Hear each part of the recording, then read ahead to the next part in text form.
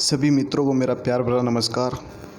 तो दोस्तों 3 अध्याय हो चुके हैं हमारा अतीत भाग 3 कक्षा 8 के इतिहास के 3 भाग हो चुके हैं। आज चौथा पाठ है। तो दोस्तों चौथे भाग में हम पढ़ेंगे आदिवासी दिक्कू और एक स्वर्ण युग की कल्पना।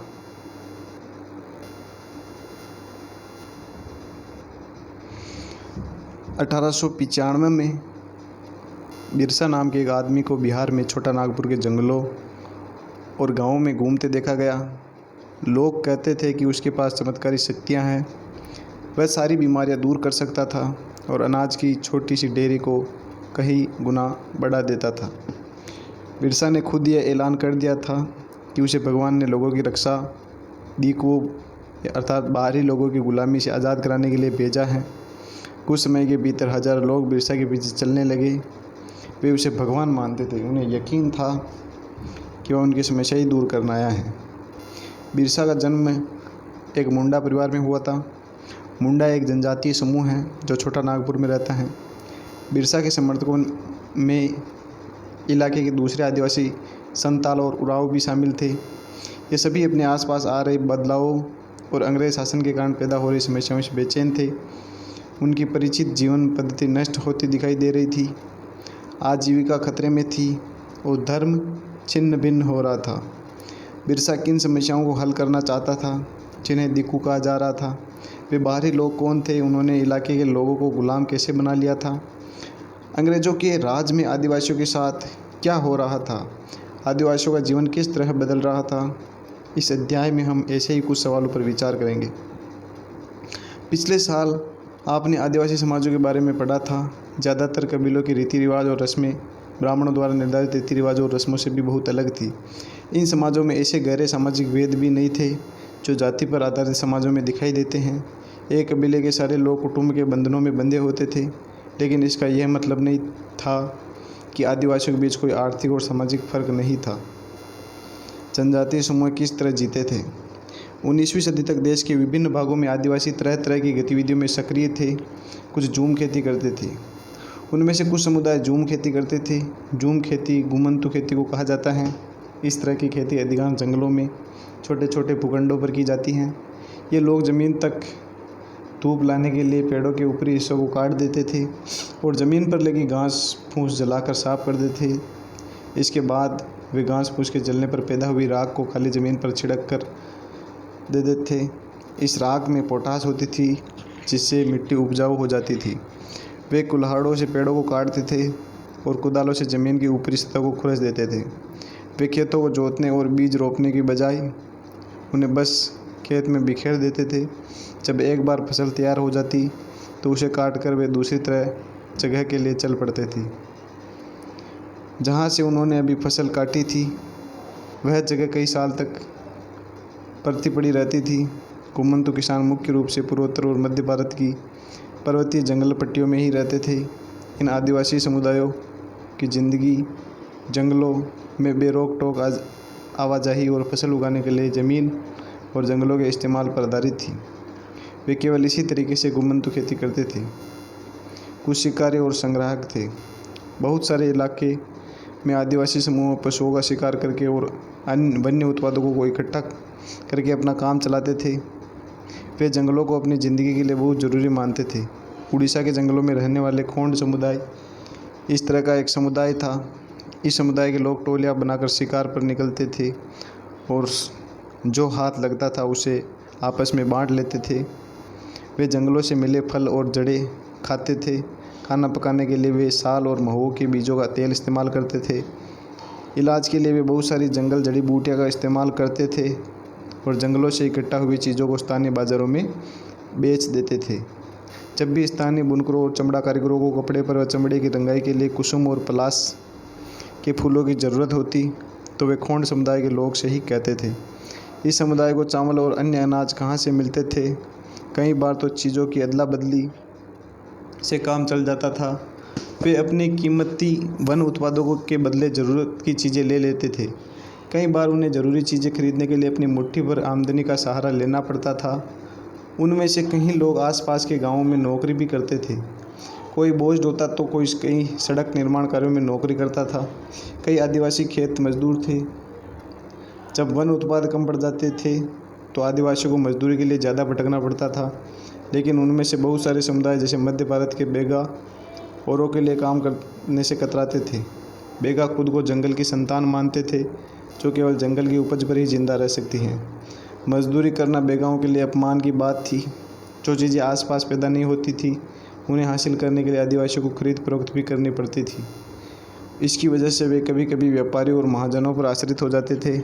व्यापारी बेचने की चीज़ें लेकर आते थे और भारी कीमतों पर चीज़ें बेचते थे।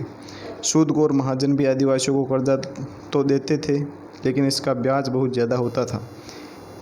इस तरह बाजार और वाणिज्य ने आदिवासियों को कर्ज और गरीबी में ढकेल दिया था। लिहाजा वे महाजनों और व्यापारियों को बाहरी शैतान और अपनी सारी मुसीबतों की जड़ मानने लगते थे। कुछ जानवर पालते थे। बहुत सारे आदिवासी समूह जानवर पालकर अपनी ज़िंदगी चलाते थे। वे चरवाहे थे जो मौसम के हिसाब से मवेशियों या भेड़ों के रेबड़ लेकर यहाँ से वहाँ जाते रहते थे। जब एक जगह घास खत्म हो जाती थी तो वे दूसरे इलाके में चले जाते थे। पंजाब के पहाड़ों में रहने वाले वन गुज्जर और आंध्र प्रदेश के लबाड़िया आदि समुदाय गाय भैंस के झुंड पालते थे। कुल्लू के गद्दी समुदाय के लोग कटरे थे और कश्मीर के बकरवाल बकरियां पालते थे। अगले साल इतिहास की पाठ्यपुस्तक में आप इनके बारे में विस्तारपूर्वक से पढ़ेंगे। और कुछ लोग एक जगह खेती करते थे। 19वीं सदी से पहले ही बहुत सारी जनजातीय कबीले एक जगह टिक कर खेती करने लगे थे। वे बार बार जगह बदलने के बजाय साल दर साल एक ही जगह खेती करते थे। वे हलों का इस्तेमाल करने लगे थे और धीरे धीरे उन्हें ज़मीन पर अधिकार भी मिलते जा रहे थे। बहुत सारे समुदाय में छोटा नागपुर के मुंडाओं की तरह ज़मीन पूरे कबीले की संपत्ति होती थी। कुल के सभी सदस्यों को उन मूल निवासियों का वंशज माना जाता था जिन्होंने सबसे पहले आकर ज़मीन को साफ किया था। लिहाजा ज़मीन पर सभी का बराबर हक होता था। फिर भी अक्सर ऐसा होता था कि कुल के कुछ लोग औरों से ज़्यादा ताकत जुटा लेते थे। कुछ मुखिया बन जाते थे और बाकी उनके अनुयायी होते थे। जो ताकतवर होते थे वे खुद खेती करने के बजाय अक्सर अपनी ज़मीन बटाई पर देते थे। ब्रिटिश अफसरों को गोंड और संताल जैसे एक जगह ठहर कर रहने वाले आदिवासी समूह शिकारी संग्राहक या घुमंतू खेती करने वालों के मुकाबले ज़्यादा सभ्य दिखाई देते थे। जंगलों में रहने वाले लोगों को जंगली और बर्बर माना जाता था। अंग्रेज़ों को लगता था कि उन्हें स्थायी रूप से एक जगह बसाना और सभ्य बनाना जरूरी है। औपनिवेशिक शासन से आदिवासियों के जीवन पर क्या असर पड़ा? ब्रिटिश शासन के दौरान आदिवासी समूहों का जीवन बदल गया। और देखें कि ये बदलाव क्या थे। आदिवासी मुखियाओं का क्या हुआ? अंग्रेज़ों के आने से पहले बहुत सारे इलाकों में आदिवासियों के मुखियाओं का महत्वपूर्ण स्थान होता था। उनके पास औरों से ज़्यादा आर्थिक ताकत होती थी और वे अपने इलाके पर नियंत्रण रखते थे। कहीं जगह उनको अपनी पुलिस होती थी और वे ज़मीन एवं वन प्रबंधन के स्थानीय नियम खुद बनाते थे। ब्रिटिश शासन के तहत आदिवासी मुखियाओं के कामकाज और अधिकारी काफ़ी बदल गए थे। उन्हें कई गांवों पर ज़मीन का मालिकाना तो मिल रहा था लेकिन उनकी शासकीय शक्तियाँ छिन गई थी और कहीं ब्रिटिश अधिकारियों द्वारा बनाए गए नियमों को मानने के लिए बाध्य कर दिया गया। उन्हें अंग्रेज़ों को नजराना देना पड़ता था और अंग्रेज़ों के प्रतिनिधि की हैसियत से अपने समूह को अनुशासन में रखना पड़ता था। पहले उनके पास जो ताकत थी अब वह नहीं रही। वे परंपरागत कामों को करने से लाचार हो गए। घुमंतू काश्तकारों का क्या हुआ? ऐसे समूह से अंग्रेज़ों को काफ़ी परेशानी थी जो यहाँ वहाँ भटकते रहते थे और एक जगह ठहर कर नहीं रहते थे। वे चाहते थे कि आदिवासियों के समूह एक जगह स्थायी रूप से रहे और खेती करे।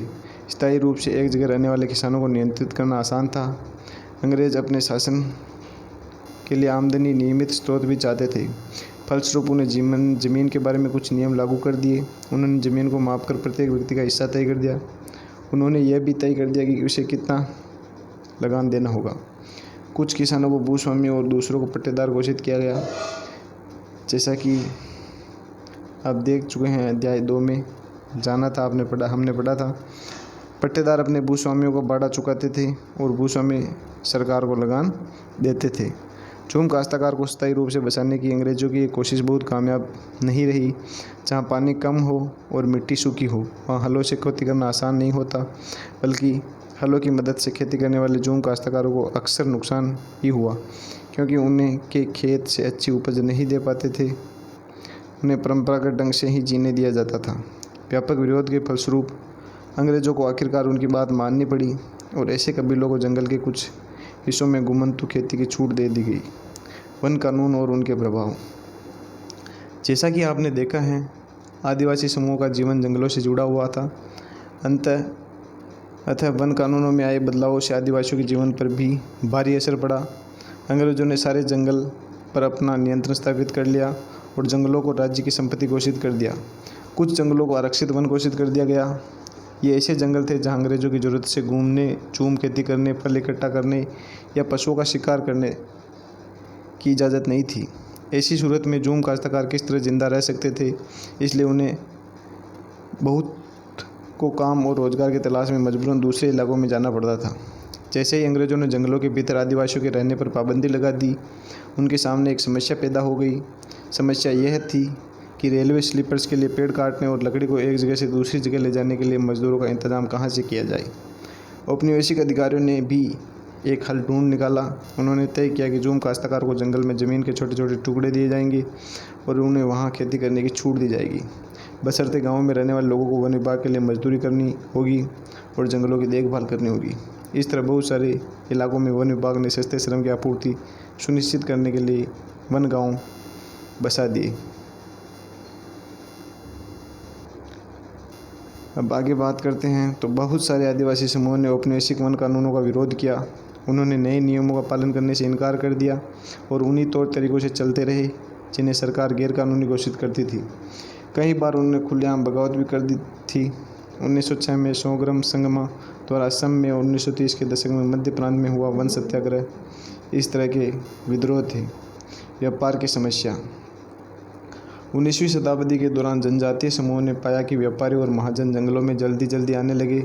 वे वन उपज खरीदने, नकद कर्जा देने और आदिवासियों को मजदूर पर रखने आ रहे थे। इन सारे बदलाव से क्या असर पड़ने वाले हैं, यह समझने में आदिवासियों को कुछ समय लगा। यह समझने के लिए आइए रेशम उत्पादकों की स्थिति को देखें। 18वीं सदी में भारतीय रेशम की यूरोपीय बाज़ारों में भारी मांग थी। भारतीय रेशम की अच्छी गुणवत्ता सबको आकर्षित करती थी और भारत का निर्यात तेज़ी से बढ़ रहा था।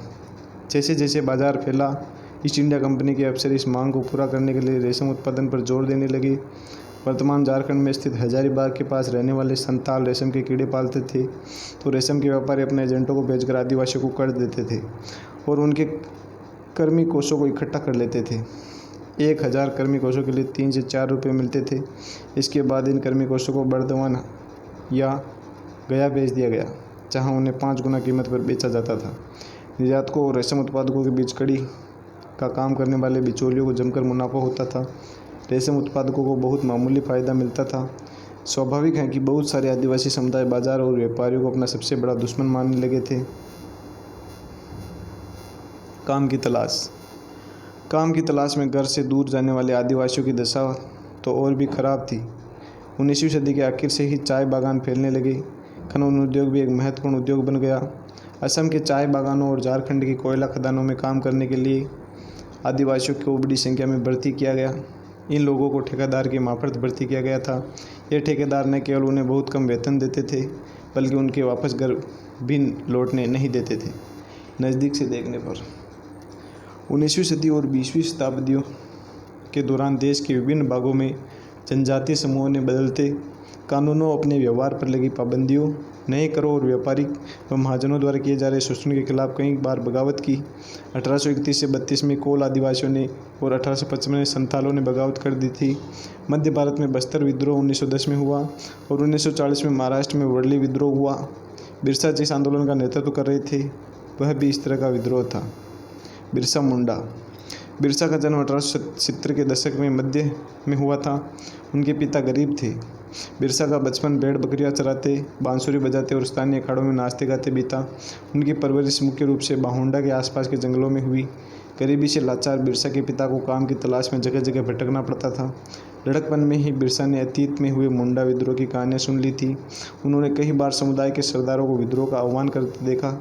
बिरसा के समुदाय के लोग ऐसे स्वर्ण युग की बात किया करते थे जब मुंडा लोग दीकुओं के उत्पीड़न से पूरी तरह आज़ाद थे।